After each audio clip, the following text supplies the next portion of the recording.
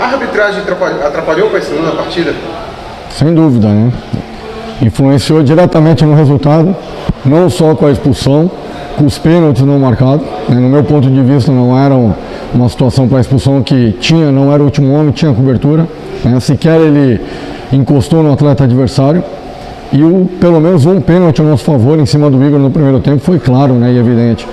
E poucas vezes eu vi uma arbitragem influenciar e ser responsável pelo placar do resultado, como aconteceu no jogo de hoje. Com as mudanças, você procurou amenizar a questão do homem a menos? Nós voltamos para o intervalo, né, com um homem de criação a mais, o Juninho, um jogador leve, um jogador que era para flutuar entre linhas, para encostar mais no Mário, no Bruno e no Vinícius, mas com 1,5 minutos de segundo tempo com a expulsão do Jazz, acabamos tendo que mexer, né, na estrutura do jogo. Mesmo com a menos, a gente conseguiu colocar o Figueirense para trás da linha da bola, né, tivemos oportunidades até de empatar, e aí vem o segundo gol numa consequência da expulsão, onde baixamos a intensidade, com o homem a menos tivemos que correr muito. O grupo está de parabéns por aquilo que correu, por aquilo que se entregou.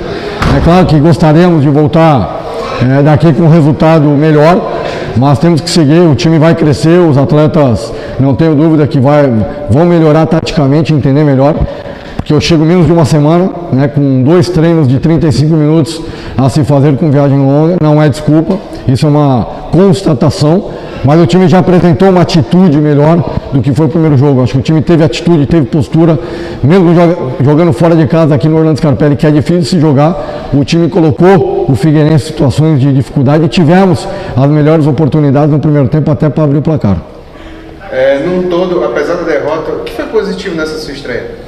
A atitude, acho que a organização tática no 11 contra 11, aquilo que nós fomos superiores, e mesmo perdendo um jogador de suma importância, que foi a estreia do Jazz, a gente conseguiu ajustar a equipe, colocamos o time para frente, nós terminamos praticamente com Leandrinho, com Luiz Felipe, com Juninho, né, o time com o Mário, um time extremamente ofensivo, mesmo estando com a menos e criando dificuldade para a equipe do Figueirense. É claro que faltou força, né, faltou intensidade, a gente vai ajustar esse trabalho não só tático, técnico, mental, mas também físico, para que a equipe possa evoluir ainda mais durante a competição. O que faltou para o Arthur aparecer no jogo? Ele participou como era planejado?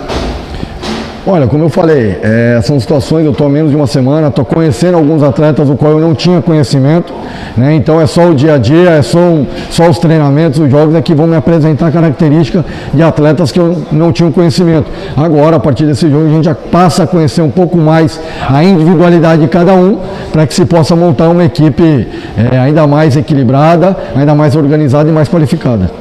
O Diego Beckman do Dodge fala assim: Marquinhos Santos, boa noite, mesmo com a derrota, o que pode ser aproveitado a respeito da atuação do time em relação à transição ofensiva, criando oportunidades, oferecendo perigos com jogadas pelo lado esquerdo? E ele quer saber se o Igor Fernandes fez bem a função, já que o Eltinho sentiu o adutor da coxa direita e não veio para a viagem. Fez muito bem, o Igor entrou muito bem.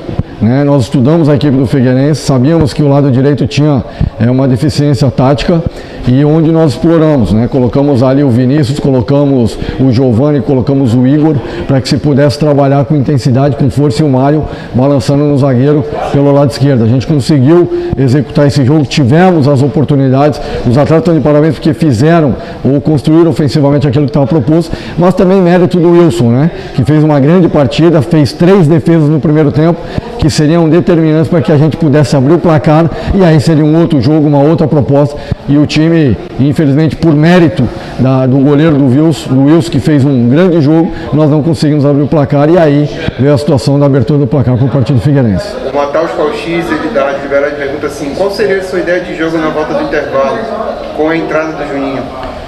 Tornar o time mais ofensivo, tornar o time mais agressivo ofensivamente, com o Juninho sendo um jogador que eu também não tinha conhecimento, né, mas aquilo que ele apresentou no treino de ontem, com potencial tático, com potencial técnico, né, de desequilíbrio, precisa ainda um pouco de massa muscular, mas é um jogador que vai agregar, é um jogador leve, né. Vale lembrar que depois da expulsão do Jássio, tive que reajustar a equipe, coloquei o Juninho vindo de fora para dentro, que é um jogador leve, ele estava recebendo essa bola de costas e os adversários estavam tomando essa bola dele pela fragilidade física, mas ele conseguiu sair, desvencilhar da marcação e achou uma bola muito boa para o Mário, que O Mário conseguiu dominar, escapou um pouquinho, mas um jogador inteligente que vai agregar, mas a intenção era tornar o time mais ofensivo, mas com a expulsão na volta do intervalo com um minuto e meio, daí desestruturou tudo aquilo que nós havíamos reconstruído no vestiário de intervalo. O Bruno Amancio, do Globoesporte.com, ele pergunta assim: você optou em tirar o João Vieira e iniciar com o Jace, que chegou a fazer por várias vezes a função de um terceiro zagueiro. É esse esquema tático que podemos esperar do Paysandu sob seu comando? Como é que você avalia o desempenho da equipe com essa formatação tática? Não, eu creio que o Jace não fez a função de terceiro zagueiro. É diferente quando você fixa um terceiro zagueiro, né? E aí tu tem uma linha de 5 quando se defende.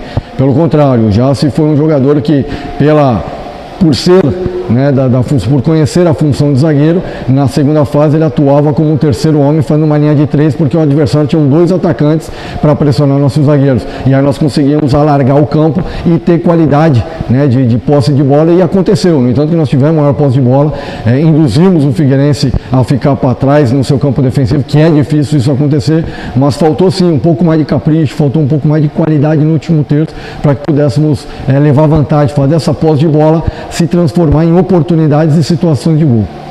Agora o time vai para Erechim, onde enfrenta o Ipiranga, com 2 jogadores expulsos. É possível que você chame mais 2 atletas para completar o plantel?